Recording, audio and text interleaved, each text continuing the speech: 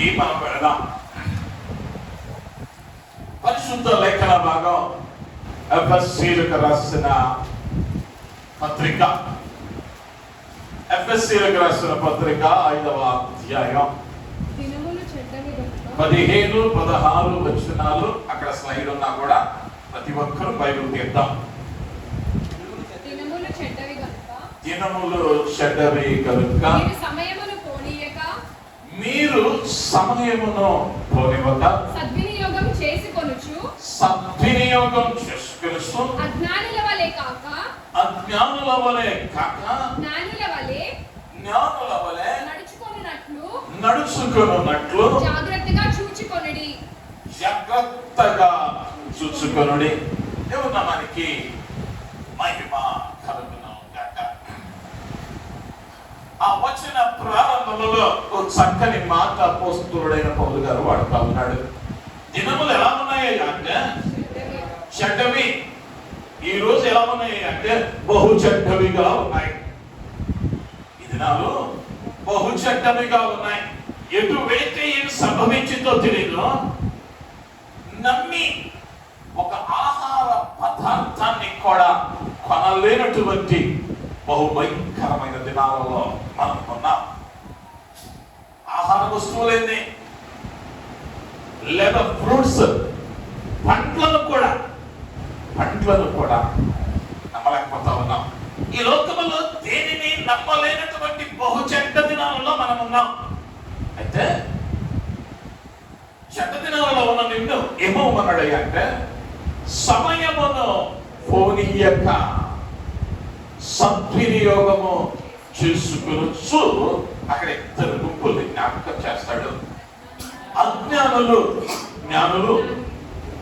ఈరోజు మనం వినబోతున్న సందేశం ద్వారా నువ్వు గనక సద్వినియోగం చేసుకునే వానివిగా ఉంటే నువ్వు జ్ఞాని అనుకోవచ్చు.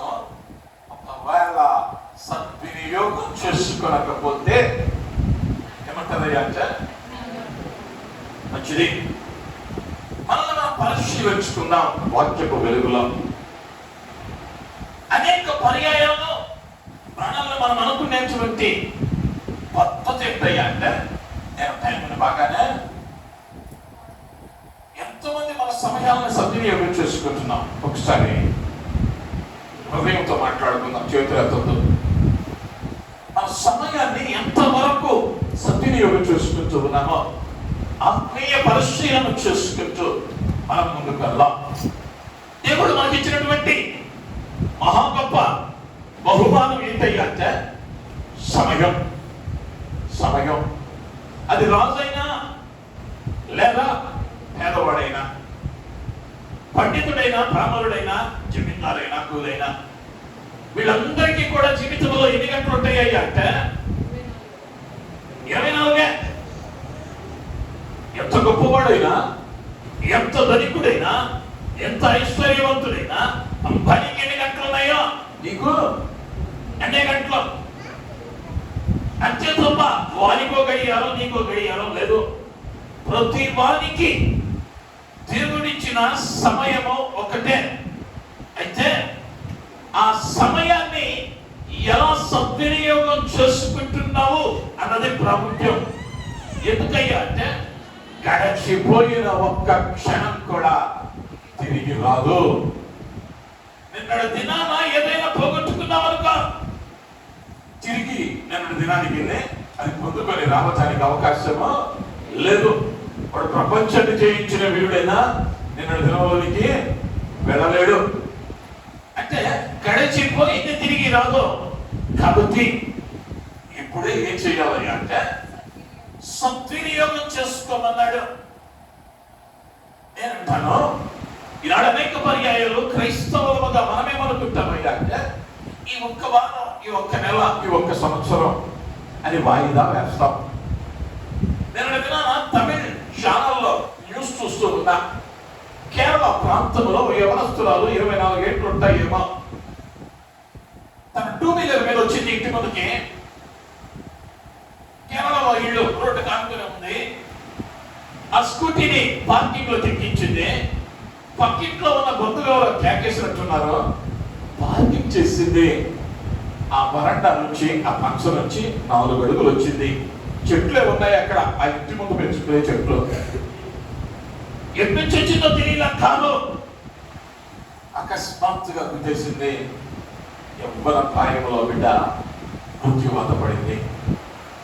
ఈరోజు మరణము ఎలా కలచి వేస్తా ఉందో, ఎలా మృంగి వేస్తా ఉందో ఎవరికి తెలియదు, ఎవరికి తెలియదు. ఈ నిన్నే నుండి చూశాను, రాత్రి నుండి మాట్లాడాడు, ఇప్పుడే బ్రదర్ వస్తా చూసొచ్చా అని చెప్పుకోవడానికి పనిచేస్తాయి. ప్రపంచ చరిత్రలో లేకపోతే ప్రస్తుత దినాలలో వ్యక్తులను మనం జ్ఞాపకం చేసుకుంటూ వెళితే 20 ఏళ్ల పిల్లవాడు క్రికెట్ ఆడుతా పడిపోతున్నాడు. ఏంటయ్యా అంటే హార్ట్ అటాక్. జిమ్ వ్యాయామం చేసేటువంటి నైపుణ్యత కలిగినటువంటి వ్యాయామదారుడు, తారుణ్యం కలిగిన వాడు అకస్మాత్తుగా పడి చనిపోతా ఉన్నారు. రేపటికి గ్యారెంటీ లేదు. రేపు మార్చుకున్నాంలే, ఎల్లుండి మార్చుకున్నాంలే, ఇంకో దినం ఉందలే అని అనుకోవటానికి లేదు. నా బైబుల్ ఏం చెబుతూ ఉన్నదయ్యా అంటే ఇది ఏ సరి అయిన సమయం, ఇది ఏ రక్షణ దినం, ఇదే అనుకూల సమయం. ఇప్పుడే మార్చుకోవాలి, ఇప్పుడే నేర్చుకోవాలి.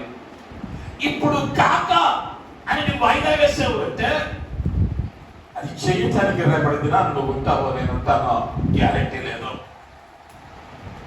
అయితే ఈ సమయాన్ని సద్వినియోగం చేసుకుంటూ ఉన్నటువంటి విధానం ఎలా ఉన్నది మన వాళ్ళే అని నేను గమనిస్తున్నప్పుడు దాని చరిత్రను గురించి అడిగితే వచ్చిన సమాధానం ఏంటంటే బైబిల్లో చెప్పింది ఒకడు ఎన్ని సంవత్సరాలు బ్రతుకుతాడయ్యా అంటే 70 ఏళ్ళు అధిక బలం ఉంటే 80 ఏళ్ళు అని చెప్పింది.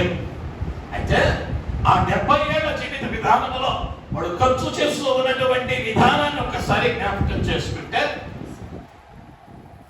నిద్రపోతా ఉన్నాడో ఎంత సమయం అయ్యా అంటే 23 ఏళ్ళు. పని చేస్తా ఉన్నాడు 16 ఏళ్ళు. వినోదం, టీవీలు లేదా ఫోన్లు 8 ఏళ్ళు. సొంత ప్రయాణాలు 6 సంవత్సరాలు. దినచర్య, స్నానం, తిండి, విశ్రాంతి 6.5 సంవత్సరాలు. చివరిగా మిగిలింది అంటే భక్తి లేక దేవుని కొరకు ఎంత వెచ్చిస్తున్నాడు అంటే 6 నెలలు. మట్టిలో కలిసిపోయేటువంటి దేహానికి ఇచ్చిన సమయం ఎంత అంటే 6.5 సంవత్సరాలు. మహిమలోనికి వెళ్ళాల్సిన ఆత్మకి ఇచ్చిన సమయం ఎంత అంటే 6 నెలలు. లెక్కలు వచ్చిన వాళ్ళు ఎవరన్నా అదంతా లెక్కేసి మాస్టర్ గారు పొరపాటు చేశారు 5 సంవత్సరాల దగ్గర అనుకుంటారేమో.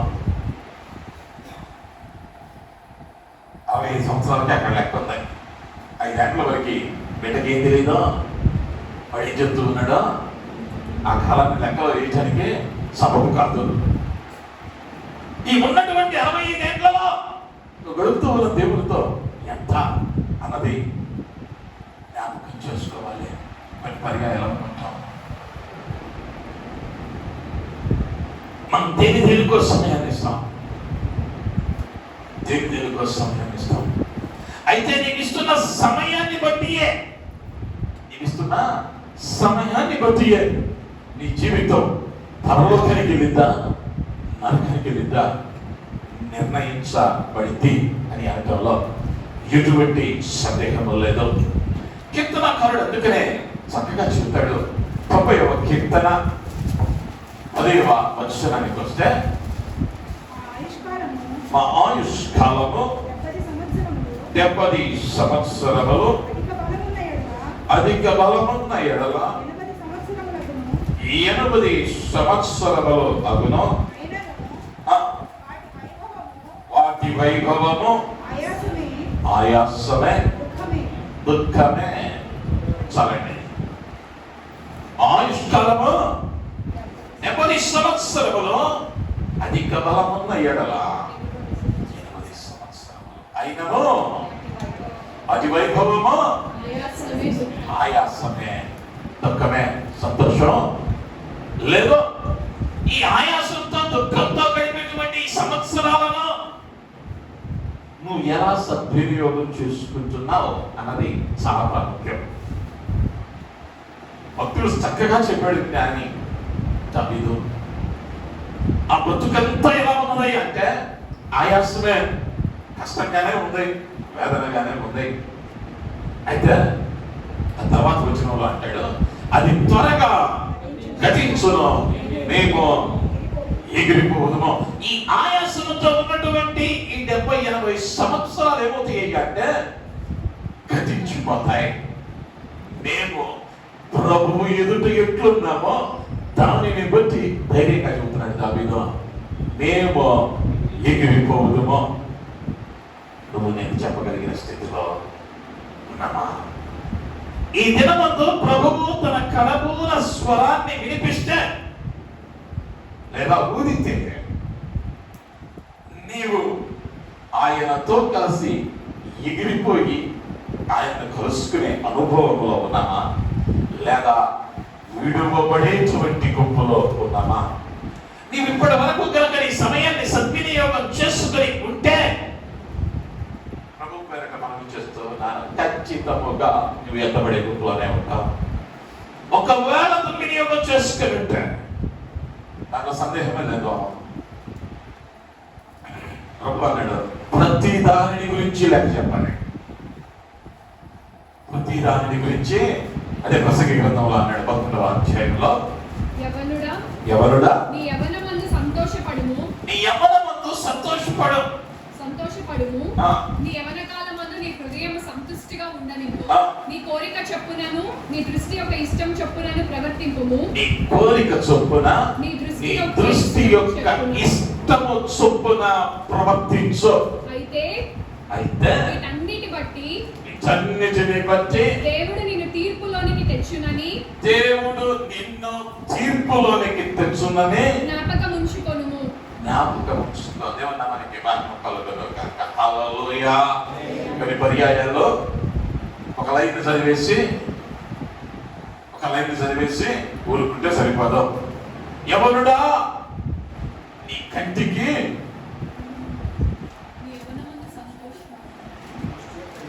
నీ దృష్టి యొక్క ఇష్టము చొప్పున ప్రవర్తింపమా. ఆ ఒక్క లైన్ కావాలయ్యా అంటే కుదరదు. ప్రభు ఏమన్నాడు? ఎవరండి నీ దృష్టి ఇష్టము చొప్పున ప్రవర్తింపము. దేవుడికి చెప్పింది. అయితే తర్వాత ఏమన్నాడు అంటే వీటన్నిటిని బట్టి దేవుడు నిన్ను తీర్పులోనికి తెచ్చునని జ్ఞాపకం ఉంచుకొనుము. జ్ఞాపకం ఉంచుకో.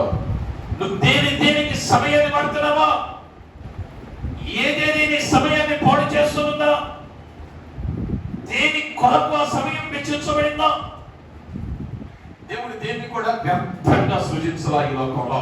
అది నువ్వైనా నేనైనా ప్రతి వస్తువును కూడా ఆయన ఒక ఉద్దేశంతోనే, ఒక ప్రణాళికతోనే ఆయన సిద్ధపరచాడు. ఆ ప్రణాళికలో ఉన్నంత వరకే ఆయనకి ఇష్టమైనదిగా ఉంటుంది. ఆ ప్రణాళికను దాటితే ఆయన దాన్ని త్రోసివేసే ప్రమాదం ఉంది. అయితే నీకు ఇవ్వబడిన సమయం, నీకు ఇవ్వబడిన దినాలు ఆయన ముందుగానే నిర్ణయించాడు. ఆ దినాలను నువ్వెట్లు వాడుకుంటున్నావో ప్రాముఖ్యం. అయితే మనకి ఇవ్వబడింది ఒకే ఒక జీవితం. ఇప్పుడు చచ్చిపోతే నెక్స్ట్ చూద్దాం అంటానికి లేదు. ఉన్నది ఒకే ఒక్క జీవితం. ఈ జీవితంలో మనం దేవుని ఖర్చు పెట్టే సమయం మాత్రమే పరలోకంలోనికి వెళ్ళటానికి లెక్కింపబడింది. నేను ఎంత సంపాదించానంటే కుదరదు. దేవుని కొరకు నువ్వెంతైతే సమయాన్ని ఖర్చు పెట్టావో, ఇక్కడ జాగ్రత్తగా గమనించండి. ఖర్చు పెట్టారు అనగానే ధనం గుర్తొచ్చింది. ధనం గురించి మాట్లాడుతున్నా. ఇక్కడ సమయము, నువ్వు ఇచ్చే ధనము కన్నా దేవునికి ఏది ముఖ్యమని అంటే నువ్వు ఇచ్చే సమయం ముఖ్యం. నువ్వు ఇచ్చేటువంటి సమయం ముఖ్యం. నీ ధనం తర్వాత నీ సమయాన్ని ఆయన చూస్తున్నాడు. నీవెంత సమయాన్ని అయితే ఇచ్చావో ఆ సమయమును బట్టి నువ్వు పరలోకానికి వెళ్ళగలవా లేదా అన్నది ఆయన నిర్ణయించే దేవుడిగా ఉంటున్నాడు. అయితే ఈ ఉదయకాలం కొంతమంది భక్తులు మీ ముందుకు తీసుకొని వచ్చి వారు ఎలా జీవించారో, వారి సాక్ష్యాలు ఏంటి, సమయాన్ని ఎలా పాడారో, కొన్ని కార్యాలను మనం ధ్యానించుకుంటూ ముందుకు వెళదాం. మొదటిగా న్యాయాధిపతుల గ్రంథం 10వ అధ్యాయం 3వ వచనాన్ని చదువుదాం.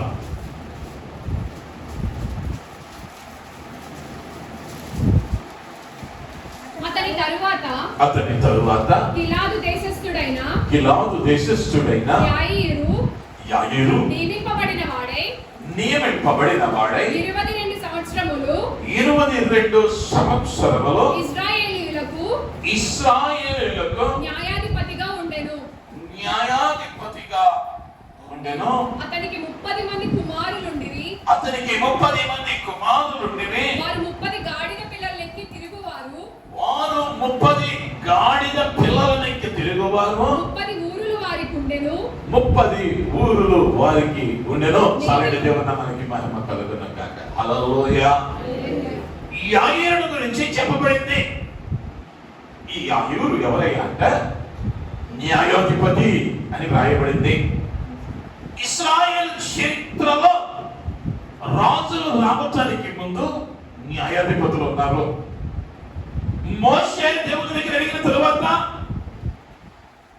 ఇశ్రాయేల్ జనాంగం మీద న్యాయాధిపతులను నియమించాడు. వారిలో ఒకడే ఈ యాయీరు. అంటే ఆ ప్రజలలో వస్తూ ఉన్నటువంటి సమస్యలను పరిష్కరిస్తూ మనం ఏం చేయాలి అంటే దేవునికి దగ్గరగా నడిపించాలి. ఇది ఆయనకి ఇవ్వబడిన పదవి, లేకపోతే ఉద్యోగం. ఇతడు ఎవరయ్యా అంటే న్యాయాధిపతి, న్యాయమును తీర్చువాడు. అయితే బైబిల్ గ్రంథం చరిత్రను ఒక్కసారి గమనిస్తామంటే ఏ వ్యక్తినైనా బైబిల్ ప్రప్రథమముగా ఆ పేరును సంబోధిస్తూ ఉన్నప్పుడు అతడు ఎలాంటి వాడో ఎవరో చక్కగా చెప్పింది. వారిలో ఉన్న మంచైనా చెడునైనా వివరించింది.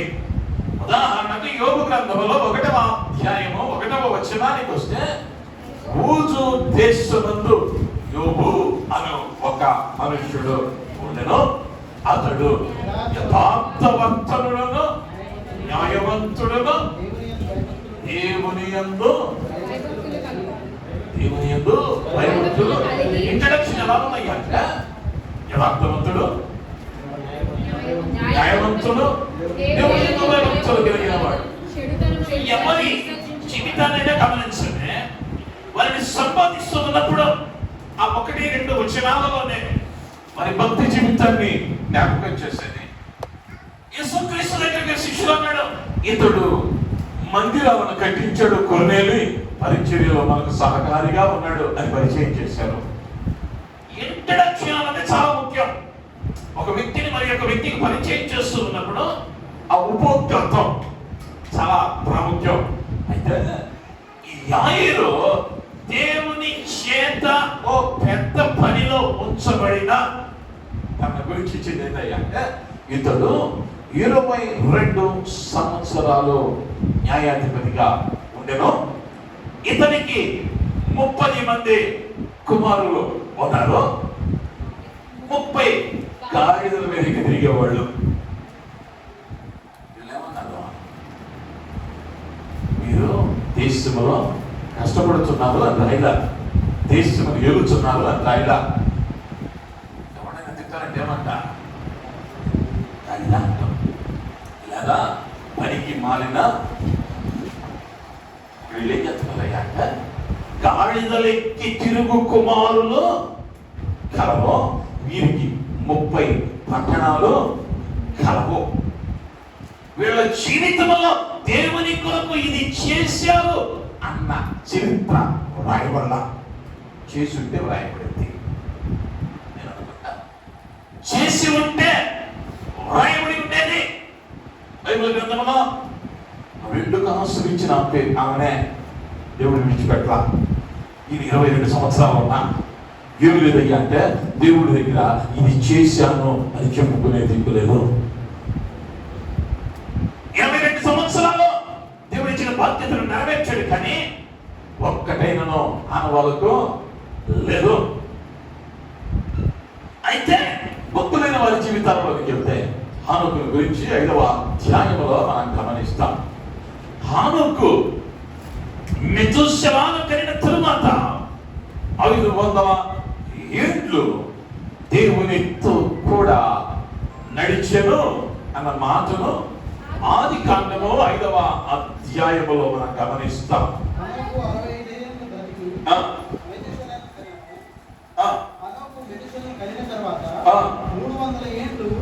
300 ఏండ్లు దేవునితో నడుచుచు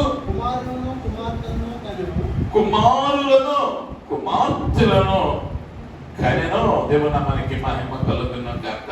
ఇతను ఏం చేశాడు అంటే 300 సంవత్సరాలు ఏం చేశాడు?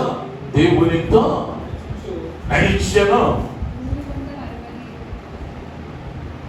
300 సంవత్సరాలు దేవునితో నడిచే అనుభవం తన కుమారులను కనిన తరువాత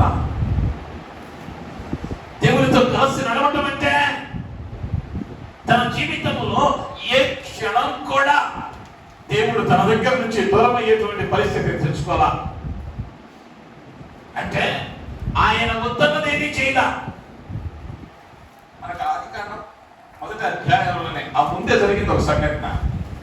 దేవుడు వద్దన్న పండును తినేసరికి తన స్వహస్తాలతో చేసిన ఆదామునే దేవుడు ఏం చేశాడయ్యా అంటే ఏదేను నుంచి బయటకు గెంటి వేశాడు. అంటే ఇప్పుడు ఆదాముతో దేవునికి సంబంధం ఏమైందయ్యా అంటే తెంపబడింది. కానీ ఈ యొక్క హానోకుతో ఎక్కడ బ్రేక్ అయినట్టు రాయలా, ఎక్కడ బ్రేక్ అవ్వాల. వాళ్ళ ప్రయాణం, వాళ్ళిద్దరి బంధం ప్రతి విషయంలోనూ దేవుని దగ్గర ఎలా ఉన్నాడయ్యా అంటే నమ్మకంగా ఉన్నాడు. తన సమయమునంతయో దేవుని కొరకు ఉపయోగించాడు. దేవునికి మహిమ కలుగును గాక. హల్లెలూయా, హల్లెలూయా. రెండవదిగా మనం గమనిస్తే నోవాహు 7వ అధ్యాయంలోకి వచ్చేసరికి వస్తాడు.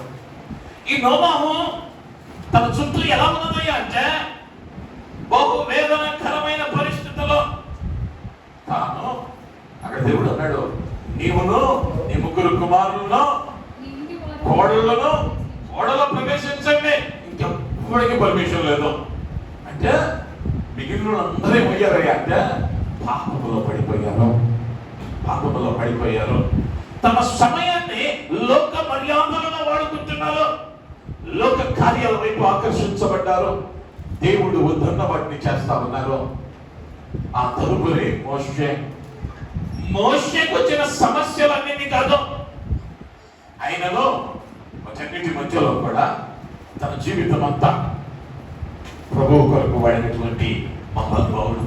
అందుకనే ఆ 3 ఎక్కడికి వెళ్ళాలి అంటే నిత్యరాజ్యానికి వారసులుగా మార్చబడ్డారు. హానోకు మరణించగానే దేవుని చేత కొనిపోబడిన వారిగా ఉంటూ ఉన్నాడు. మోషేను దేవుడు అన్నాడు, నా ఇల్లంతటిలో నమ్మకమైన వాడు అన్నాడు. అయితే ఒకవేళ నేను మరణిస్తే నీ జీవితం నా జీవితం ఏ విధంగా చెప్పుకుంటారో రేపొద్దున జాగ్రత్తగా ఆలోచించుకోవాలి. నువ్వు సమయాన్ని సద్వినియోగం చేసుకుంటూ ఉన్నావా లేదా అన్నది ప్రాముఖ్యం. కొంతమంది భక్తుల జీవితాలను మనం గమనించాం. అయితే ప్రాముఖ్యమైన విషయంలోనికి మనం ఇప్పుడు రాబోతూ ఉన్నాం.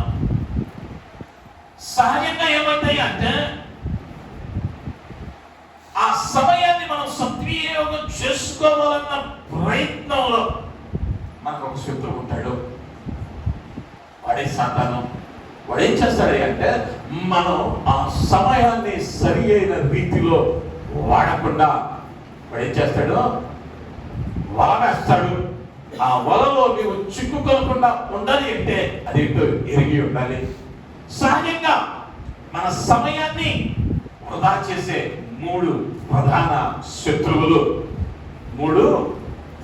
శత్రువులు. ఈ శత్రువులను కనుక జయించగలిగితే ఈ సమయం దేవునితో గడిపేదిగా మారింది. వీటిని జయించలేనంత కాలం నువ్వేం చేయలేవయ్యా అంటే దేవునితో అధిక సమయాన్ని గడపలేవు అన్న విషయాన్ని నేను జ్ఞాపకం చేస్తా ఉన్నాను. మొదటిది ఏమన్నాడయ్యా అంటే సోమరితనం లేక నిద్ర. రెండవది టీవీలు, సినిమాలు, వినోదాలు, మొబైళ్ళు, ఇతర కార్యాలు. మూడవది వ్యర్థమైన మాటలు, గుసగుసలు, గుండెములాడుట లేక ముసలమ్మ ముచ్చట్లు. వరుసగా మూడింటిని మనం ధ్యానిద్దాం. మొదటిగా గమనిస్తే సామెతల గ్రంథం 6వ అధ్యాయం 6వ వచనానికి వద్దాం. సోమరి చీమల యొద్దకు వెళ్ళుము, వాటి నడతలు కనిపెట్టి జ్ఞానము తెచ్చుకొనుము. చాలండి. సోమరి చీమల యొద్దకు వెళ్ళు. ఇక్కడ చాలా స్పష్టంగా దేవుడు చెబుతూ ఉన్నాడు, నీ ఆత్మీయ జీవితాన్ని మొదటిగా పాడు చేసేది, దేవునితో సమయం గడపకుండా చేసేది ఏంటయ్యా అంటే నీలో ఉన్న సోమరితనం. నేనేమన్నాడు అంటే ఎక్కడికి వెళ్ళి నేర్చుకోమన్నాడు అంటే ఇక్కడ నుంచి ఆ తలుపు దగ్గర ఉన్న శివం చూడగలవా, లేదా అక్కడ కూర్చున్న నీవు నన్ను చూడగలవా? అక్కడ కూర్చున్న నువ్వు నన్ను కనిపిస్తానా? ఇంత మనిషి ఏం కావాలయ్యా అంటే ఆ కనిపించని శివ దగ్గరికి వెళ్ళి నేర్చుకోమన్నాడు. ఎందుకు నేర్చుకోమన్నాడు? తర్వాత వచనంలో చూద్దాడు. వాటికి న్యాయాధిపతి లేడు, పై విచారణకర్త లేకున్నాను.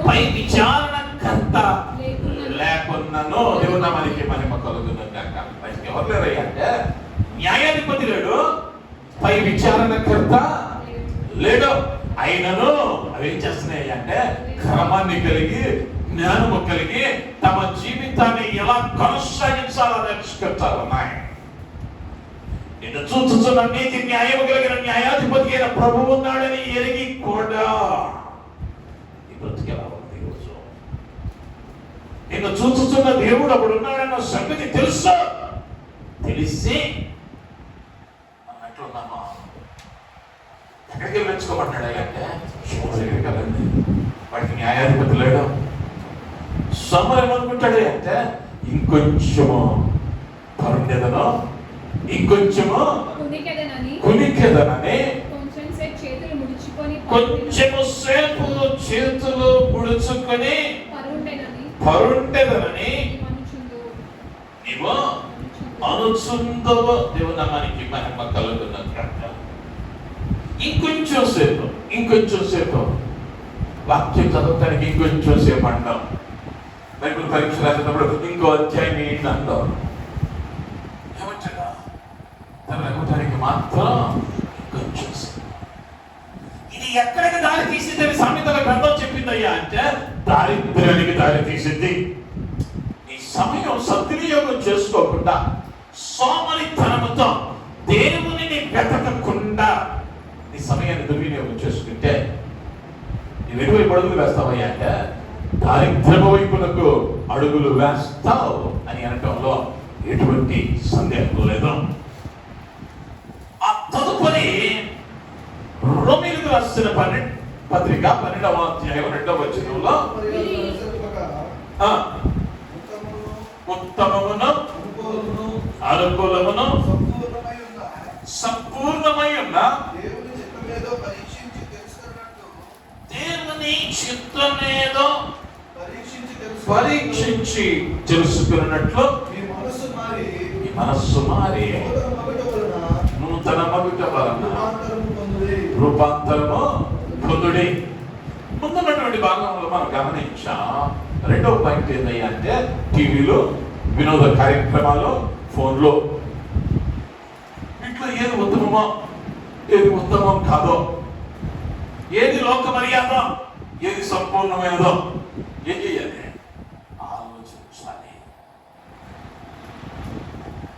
ఆలోచించాలి. ఈరోజు ఏమైపోయిందయ్యా అంటే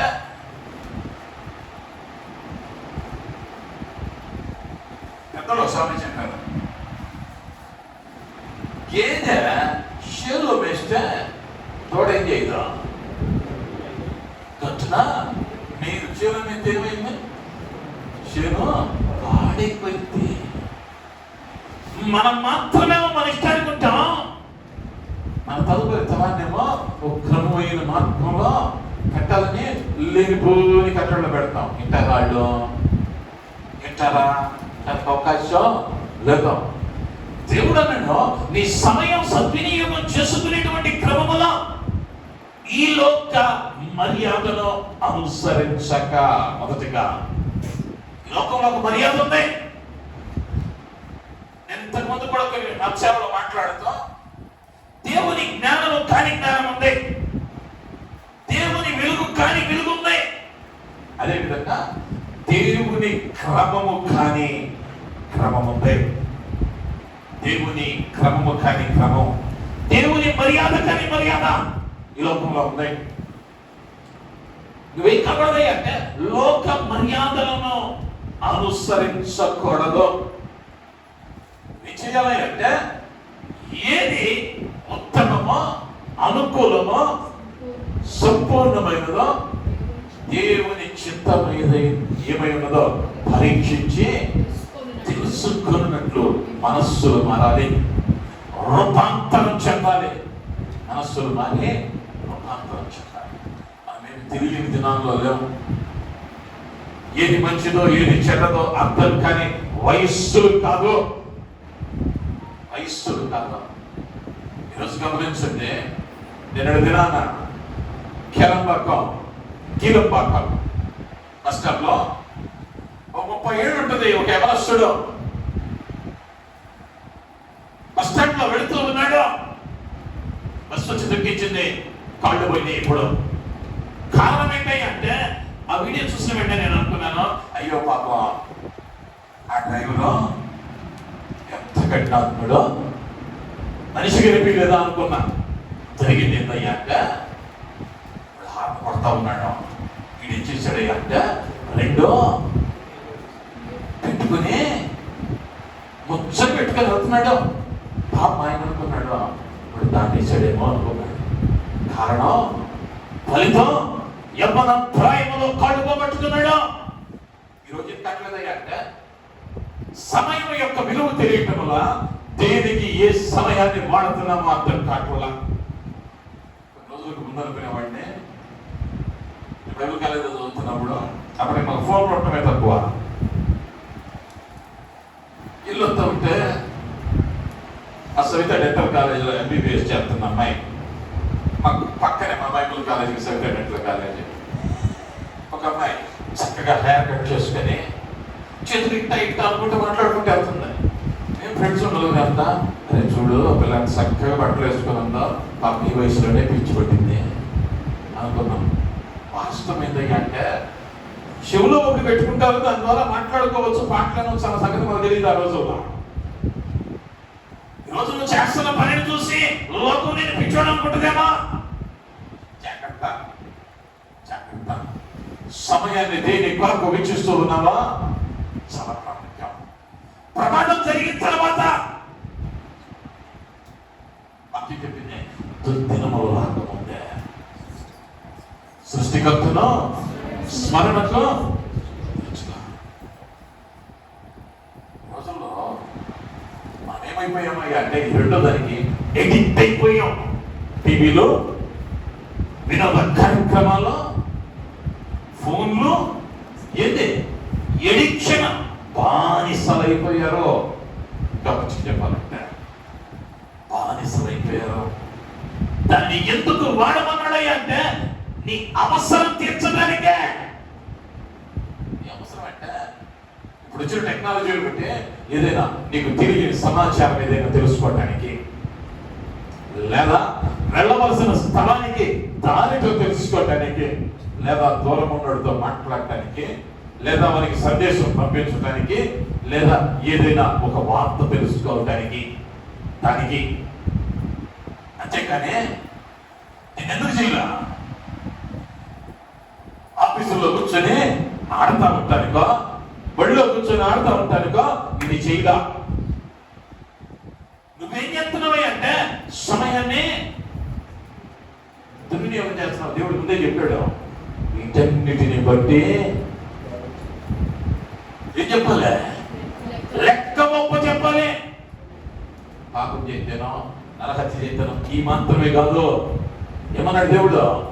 నీ దృష్టికి నచ్చినట్లు ఏదైనా చెయ్యి. అయితే ఒక గుర్తు పెట్టుకో, వీటన్నిటిని బట్టి తీర్పు మన లెక్క చెప్పవలసిన బాధ్యతలు మీద ఉంటాయి. నేనేం చేయనండి, ఇది ఒక్క సీరియల్ అనండి, ఆ సీరియలే వీళ్ళు ఆడిపోయినా వెళ్ళాయి. టైం వస్తుంటే తాగుబోతులు కన్నా నరాలు కుదురుకుంటే ఏమో ఎళ్ళకుండా ఏమైపోయింది. పాటన కరెంట్ పోతే ఫోన్లో కొన్ని వీడియోలు చూస్తూ ఉంటాం. వెంటనే ఫోన్ చేసి, అక్క మీ ఇంట్లో కరెక్ట్ ఉందా? ఇప్పుడు ఏం జరుగుతుంది? ఆయన కాళ్ళు వెళ్తున్నాడు, బతికాడా చచ్చిపోయాడా? అది సీరియల్, అది నటన. దానికి కూడా ఏమేమైపోతాయి అంటే ఇక్కడ పక్కింట్లో వాడికి జరిగినా ఎవరో ఈ సీరియల్కి ఏమైపోయాం? బానిసలు అయిపోయి సమయాన్ని దుర్వినియోగం చేసుకుంటూ ఉన్నాం. మూడవదిగా ఏమన్నాడయ్యా అంటే, మూడవ కార్యం వ్యర్థమైన మాటలు గుసగుసలు. సామెతల గ్రంథంలో నోటిని నాలుకను అర్థం చేసుకునేవాడు శ్రమల నుండి తన ప్రాణమును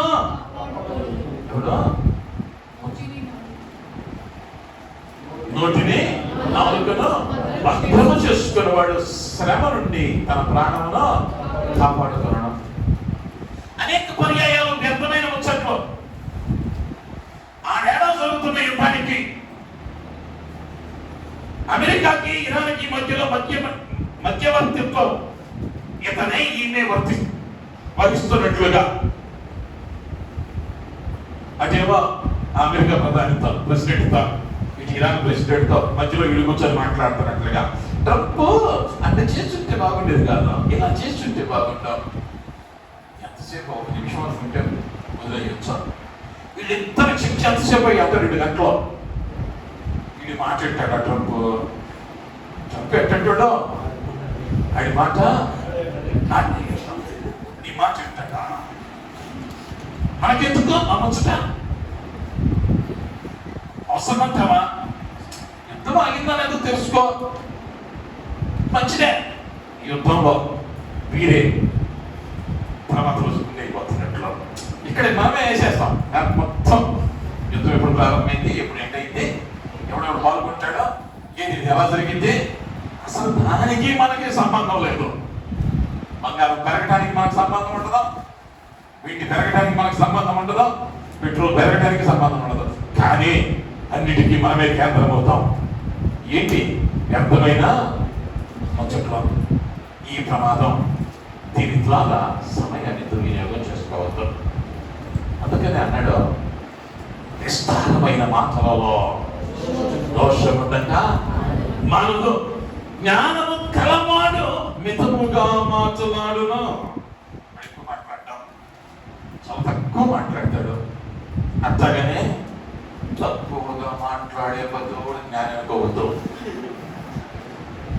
తెలుగులో ఒక సంగతి ఉన్నాయి, ఎవరినైనా నమ్మొచ్చు కానంట నమ్మకూడదు. 2 ఉన్నాయి. వాక్యం చెప్పబడిన భక్తి కలిగిన వాళ్ళు ఏం చేస్తారు అంటే ఎక్కువ వింటాడు, తక్కువ మాట్లాడతాడు. అలాగే సమయం సద్వినియోగం చేసుకునే నువ్వేం కావాలి అంటే వినటానికి చెవివ్వాలి, మాట్లాడటానికి ఆలోచించాలి. నీ ప్రతి మాట కూడా ఆయన వింటూ ఉన్నాడు. ఆ మాటను బట్టియే రేపటి దినమున ప్రతిఫలము అన్న విషయాన్ని నేను జ్ఞాపకం చేస్తున్నాను.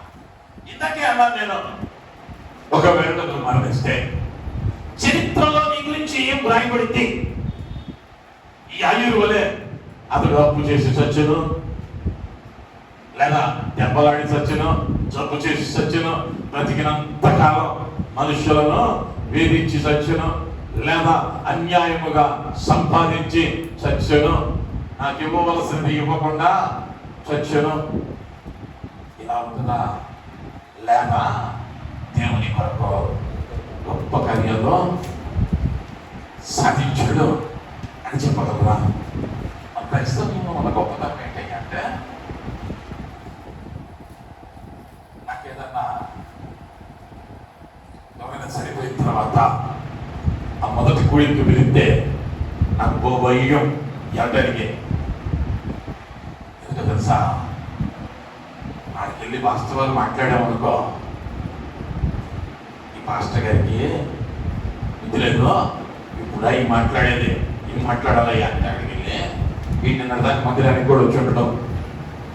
మరణించిన మన ప్రియ సహోదరులు ఇప్పుడు ప్రభువు కుడి పార్శ్వమందు ఉన్నాడు అంటాడా?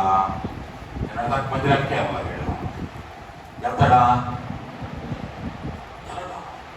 కానీ చనిపోయినకి ఏం మాట్లాడతామయ్యా అంటే నేను చాలా జ్ఞాపకత కోరికల్లో కింద మాట్లాడాను.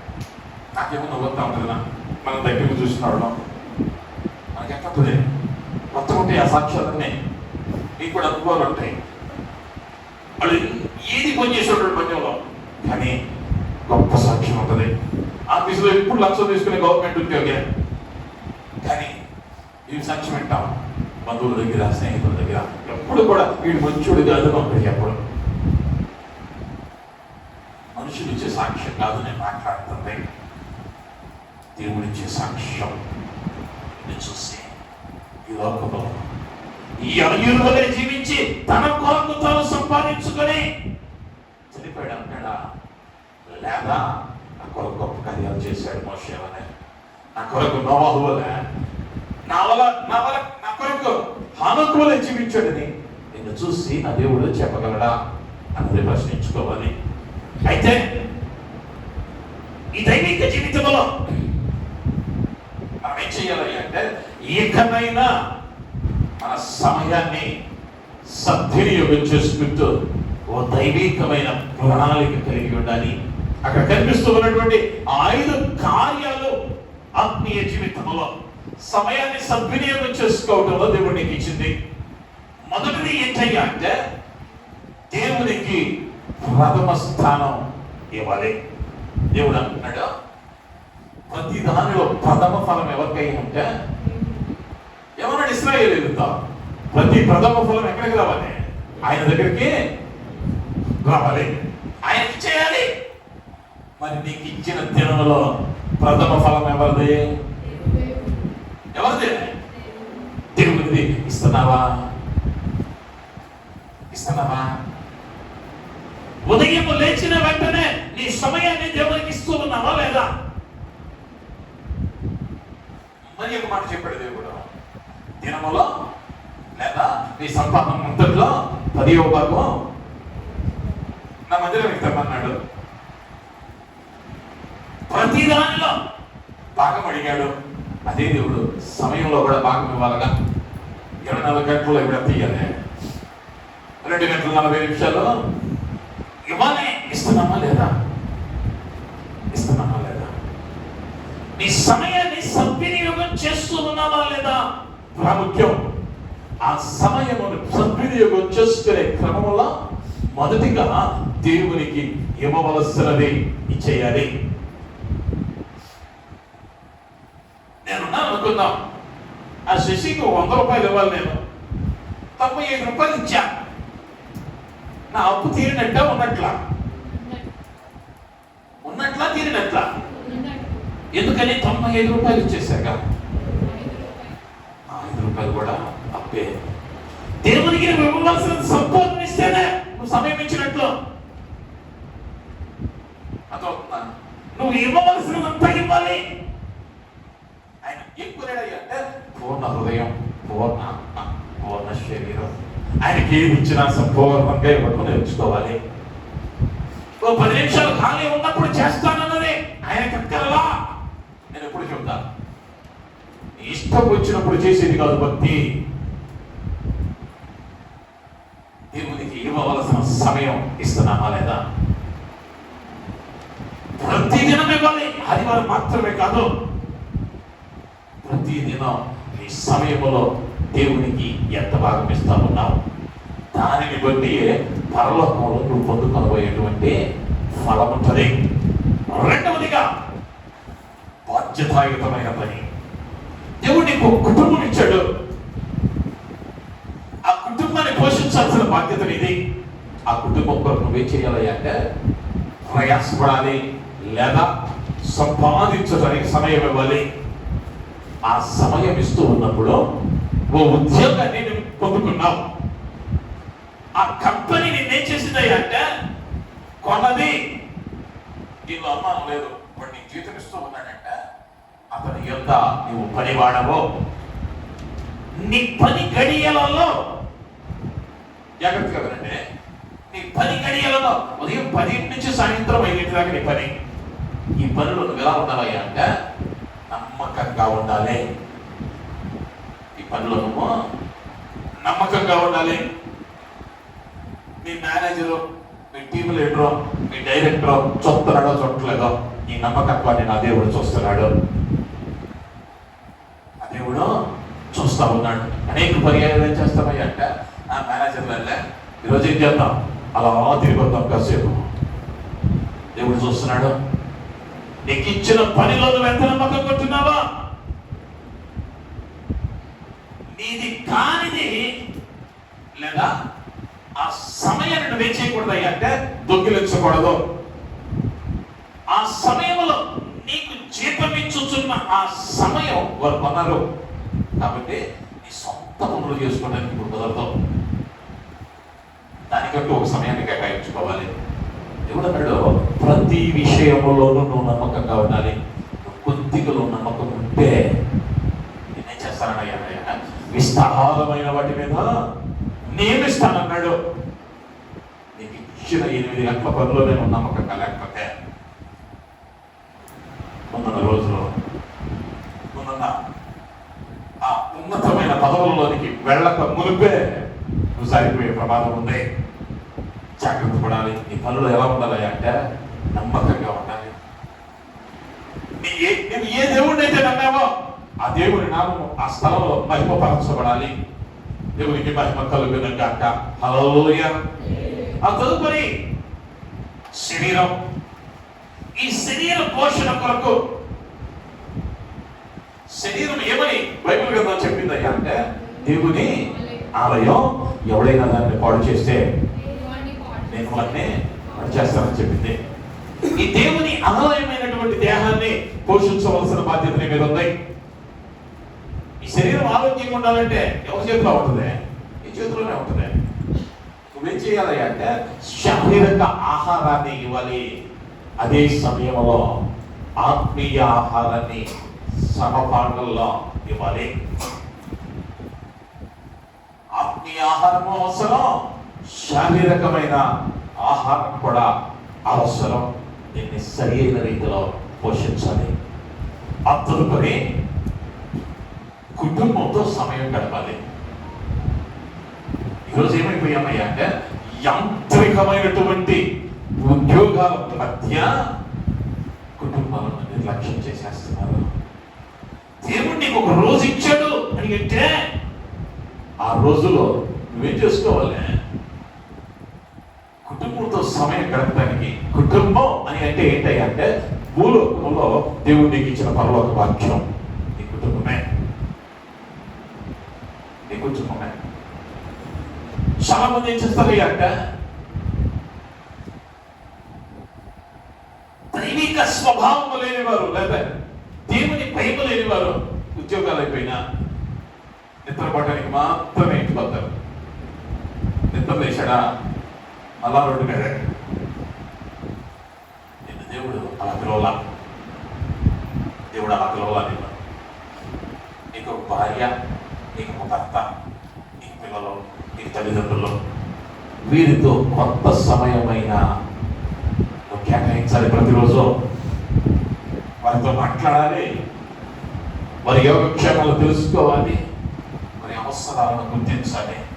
ఎప్పుడు గుర్తించగలమయ్యా అంటే వారు ఎటు వెళ్తున్నారో ఏం చేస్తున్నారో గమనించడానికి కొంచెం సమయం కేటాయిస్తే. మనోడు చెప్పే మాట ఏంటయ్యా అంటే వాళ్ళకి ఏదైనా అవసరమైతే చెబుతారా కదా, లేదా ఆర్డర్ పెట్టుకుంటారా కదా, వాళ్ళు ఆర్డర్లో పెట్టుకునే కాడికి నీకు ఎందుకు ఇచ్చి చేశారు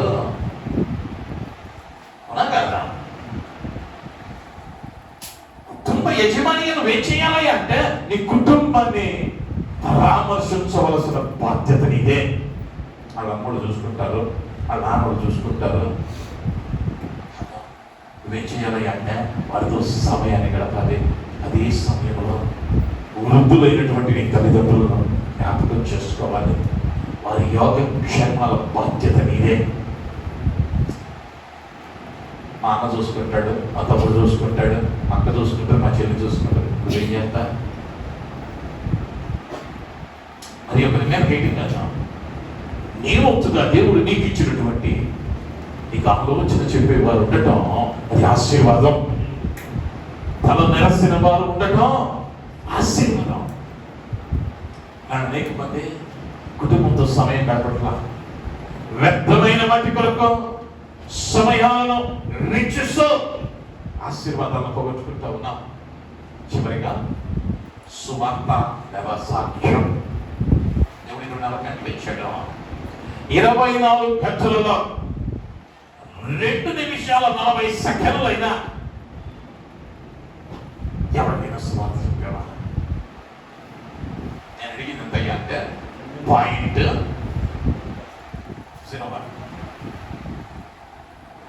ఎంత? 2 నిమిషాల 40 సెకండ్లైనా 24 గంటలు ఉంది నీకు. గంటకు 60 నిమిషాలు, 2 నిమిషాల 40 సెకండ్లైనా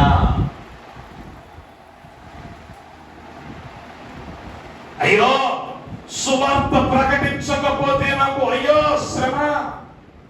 ఎవరన్నాడు? అపోస్తలుడైన పౌలు అంటున్నాడు, సువార్త ప్రకటించకపోతే నాకు అయ్యో శ్రమ.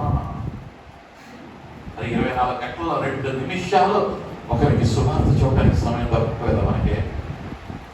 తోటి వారికే నేనేమి దీనికి ఏం మళ్ళీ ముందు ప్రిపరేషన్ అక్కర్లా. ఈ 2 నిమిషాలు నువ్వు వాక్యమే చెప్పక్కర్లా, నీ వ్యక్తిగత సాక్ష్యాన్ని పంచుకుంటే చాలు.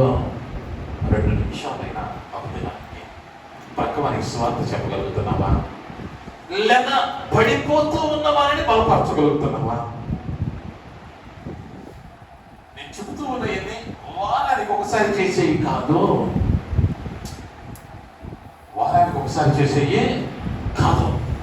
ఇవేం చేయాలి అంటే అనుదినము జీవితంలో భాగం అవ్వాలి. దేవునికి మతస్థానం ఇవ్వాలి. బాధ్యతగా నీకు ఇవ్వబడిన ఉద్యోగం, నీ పోషణ కొరకు నువ్వు ఎంచుకున్న ఉద్యోగం నమ్మకంగా చేయాలి. అంత మాత్రమే కాదు, శరీరమైన ఈ దేవాలయాన్ని సరైన రీతిలో పోషించాలి. ఇది బలహీన పడకుండానట్లు దేవుడు నీకు ఇచ్చిన కుటుంబాన్ని లేదా యెహోవాలో దేవుడు నీకు అనుగ్రహించిన పరలోకాన్ని జాగ్రత్తగా కాపాడుకోవాలి, జాగ్రత్తగా చూసుకోవాలి. అంత మాత్రమే కాదు స్వార్థను పంచుకోవాలి, సాక్ష్యం ఇవ్వాలి. మరి నువ్వు నేను ఏ రీతిగా ఉన్నాం? ఈరోజు మన సమయాలు సద్వినియోగం చేసుకుంటున్నామా లేదా? ఇక్కడి నుంచి మీరు ఇంటికి వెళ్తారు. వెళ్ళిన తర్వాత ఓ తెల్ల కాగితం తీసుకోండి. ప్రతి సోమవారం నువ్వేం చేస్తావో ఉదయం లేచిన దగ్గర నుంచి పండుకునేదాకా ఒక ఊహతో రాయి, ఒక ఊహతో. అయితే ఒక విషయం జాగ్రత్త, మనస్సాక్షిని వాడాడా? నీకు ఆ పేపర్ చూసి పరలోకం ఎవరెవరు? నువ్వు ఎంత సమయం దేవునితో గడుపుతున్నావో నిన్ను నీవు తెలుసుకోవడానికి అంతే. రాసుకో. 6కి లేచాను, ఫోన్ చేశాను, పలానాడికి ఫోన్ చేశాను, 8:30 దాకా మాట్లాడాను, 8:30కి ఆఫీస్ టైం అవుతుండేసరికి ఆఫీస్కి పరిగెత్తాను. మళ్ళీ సాయంత్రం ఎప్పుడు వచ్చాను? 6కి వచ్చాను. కాసేపు 2 గంటల వ్యాయామం చేశాను. ఆ తదుపరి మళ్ళీ ఏం చేశాను? మరి ఎక్కడికి ఫోన్ చేశాను. ఏమన్నాయా వేసా ఎంతసేపు కుటుంబంగా ఓ అరగంట దేవుడు పాద సన్నిధిలో గడిపాం. ఇలా ఉందా ప్రారంభం? ముగింపు అందరం పడుకునే ముందు కుటుంబంగా కూర్చొని ప్రార్థన చేసుకున్నాం. నేను ఒక్క విషయాన్ని మాత్రం జ్ఞాపకం చేస్తాను. నువ్వు ఏది పాటిస్తావో పాటించుకో. కుటుంబంగా గుంపులుగా కూడుకోవటం తప్పక పాటించాలి. ఇది గొప్ప ఆశీర్వాదం. ఇది లేకపోతే నీకు ఎంత సున్నా. కుటుంబం అన్నాక ఏం చేయాలి అంటే భార్య, భర్త, పిల్లలు ప్రాంతంలో ఉండాలి. మా ఇంట్లో అయితే మా చిన్నకాలంలో చిన్నతనంలో మేము ఎక్కడ ఆడుకున్నా ప్రేర్ టైం ఇంట్లో ఉండాలి. లేకపోతే ఆ రోజు భోజనం పెట్టరు. ఆదివారం ఆరాధనకి వెళ్ళకపోతే సమయానికి భోజనం పెట్టరు. అప్పుడు ఏం చేస్తాం? చచ్చినట్టు చెప్తాం.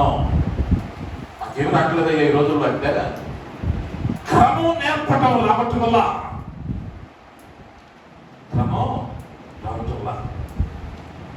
అనేక పర్యాయాల్లో ప్రతి దానిని సొంతంగా గంటగా 2 గంటలుగా ఈ ఒక్కరోజేగా, ఈ ఒక్కరోజు మళ్ళా రాదు, ఈ ఒక్క గంట వల్ల రాదు. గుర్తుంచుకో, కాలక్షేపం చేయడానికి దేవుడు నేను సృష్టించరా. నిన్నైనా నన్నైనా చేయడానికి ఒక ఉద్దేశం ఉంది. సూర్యుడిని చేశాడంటే వెలిగి ఉండటానికే, అలా ఇచ్చాడంటే వెలిగి ఉండటానికే. అది కూడా ఒక ఉద్దేశంతో చేశాడు. ఆ ఉద్దేశంతో గ్రహించడానికి ఆయన పాదాల దగ్గర గడపడం తెలుసుకోవాలి. లేచిన వెంటనే ఆయన పాదాలు పట్టుకుని, అయ్యా నా జీవితం ద్వారా ఏం చేయబోతా ఉన్నా, నాతో మాట్లాడు, నన్ను సరైన మార్గంలో నడిపించా, నాకు ఇచ్చిన కుటుంబం ఉదయాన్ని ఏం చేయాలి అంటే ఏ కీడు నాయి పరీక్ష రాకున్నట్లు ఈ దినమంతా నా కుటుంబాన్ని కాపాడమని ఉదయాన్నే ఏం చేయాలి? నైట్కి ఏం చేయాలి?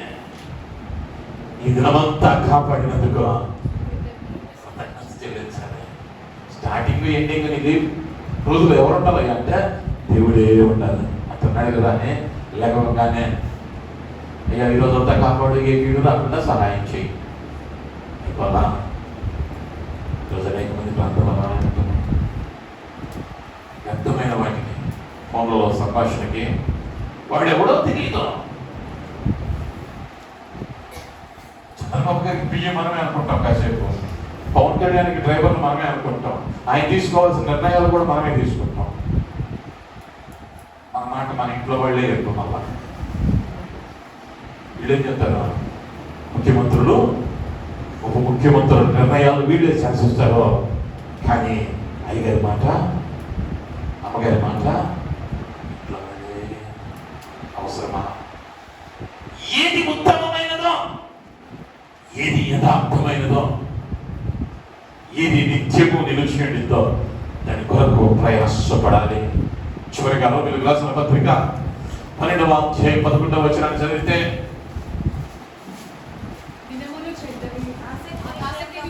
ఆసక్తి విషయములో మాంద్యులు కాక. చాలండి.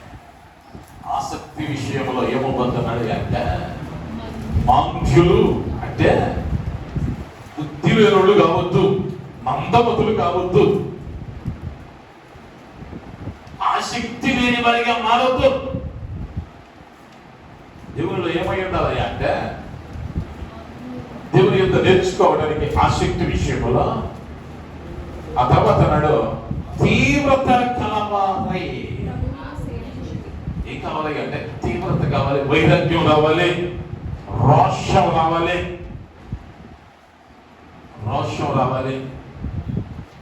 ఎలా ఉండకూడదు అంటే ఎలా ఉండకూడదు? మాంద్యులు కాక. లేకపోతే నేను అంటాను, ఏది ఉంది, నోటి మీద వర్షం పడుతుంది, కదిలిద్దా కదలదా? నేను ఒక సామెత ఉంది, దున్నపోతు మీద వర్షం కురిసినట్లు. దానికి ఏముండదు, శ్రమ ఉండదు, దానికి తెలియదు మాత్రం. ఆ జ్ఞానం దేవుడు దానికి ఇవ్వాల. కానీ నీకు నాకు ఇచ్చాడు, ఏది మంచిదో ఏది చెడ్డదో తెలుసుకునే కృపనిచ్చాడు. మనం ఏం కాకూడదయ్యా అంటే ఆత్మయందు తీవ్రత కలవారమై ప్రభువును సేవించే గుంపులో ఉండాలి. సమయాన్ని సద్వినియోగం చేసుకోవాలి. కళ్ళు మూసుకుందాం, మనం ఆలోచించుకుందాం. ఒక్కరోజు నీ జీవితంలో ఎలా గడిచిందో, నిన్నటి దినం ఎలా గడిచిందో, ఎంత సమయాన్ని దేవునికి వెచ్చించావు, ఎంత సమయం లోక కార్యాల వైపు ఉంచావు, ఎంత సమయం వృధా అయింది, దేవునికి ఇచ్చింది ఎక్కువ ఉందా? ఈ రెండింటిని ఒక త్రాసులో పెడదాం. ఈ రెండింటిని ఒక త్రాసులో పెట్టాం. ఏది ఎక్కువగా తూగిందో చూడు. ఎప్పుడైనా ఎక్కువ ఉన్నదానికి విలువ ఎక్కువ, ఎక్కువ ఉన్నదానికి విలువ ఎక్కువ. నిన్నటి దినం నీ కాలం, నువ్వు చేసిన పనులన్నింటిలో దేవుని కొరకు చేసింది ఎక్కువ ఉందా, లేదా నీ కొరకు లోకం కార్యాల వైపు చేసినది ఎక్కువ ఉందా? ఒక్కసారి కళ్ళు మూసుకొని ఆత్మ పరిశీలన చేసుకుంటూ, అయ్యా ఒకవేళ నేను నా సమయాన్ని సద్వినియోగం చేసుకున్నాక అయ్యా లోకం వైపు, లోక కార్యాల వైపు, కాలక్షేపం కొరకు సమయాన్ని దుర్వినియోగం చేసుకుంటూ ఉన్నామేమో దయతో క్షమించండి అయ్యా. నీ కొరకు సమయము వెచ్చించగలిగే కృపనివ్వండి అయినా. మా సమయమును నాయన ఈ విందు నిమిత్తమైతే మాకు ఇంతటి సమయాన్ని ఇచ్చావో దాన్ని సరి అయిన రీతిలో వాడుకుంటూ నేను నా కుటుంబం ఆశీర్వాదకరంగా ఉండినట్లుగా కృప చూపించమని అడుగుదాం. మనం ప్రశ్నించుకుందాం. దయగలిగిన మా యేసయ్య, కృప కలిగిన మా తండ్రి, వీళ్ళందరినీ బట్టి మీకు వందనాలు. బిడ్డల జీవితాలలో నిమిషం సమయం మనకి వందనాలు. బిడ్డలు ఆ సమయాన్ని సరైన రీతిలో వ్యయపరచడానికి మీరు కృప చూపించండి. నీ కృపలో బిడ్డలను భద్రపరచండి అయ్యా. నీ ఎంతో భయభక్తులు కలిగిన వారిగా ఆ సమయాన్ని సద్వినియోగం చేసుకొనగలిగిన అయ్యా ధన్యతను బిడ్డలకు దయచేసి అయ్యా నీ నామ మహిమాంతకరంగా బిడ్డల జీవితాలను మలచి ఆశీర్వాదకరంగా అయ్యా నీ యందు వైరాగ్యము కలిగిన వారిగా, ఆత్మయందు తీవ్రత కలిగిన వారిగా అయ్యా బిడ్డలు ముందుకు సాగటానికి కృప చూపించమని, కుటుంబాన్ని దీవించమని, నీ జ్ఞానపు చేత నింపి సమయాన్ని సద్వినియోగం చేసుకునే కృపను గ్రహించమని, మహిమ పొందమని యేసు నామములో అడుగుతున్నాను తండ్రి. ఆమేన్, ఆమేన్. దేవుని నామానికి మహిమ కలుగును.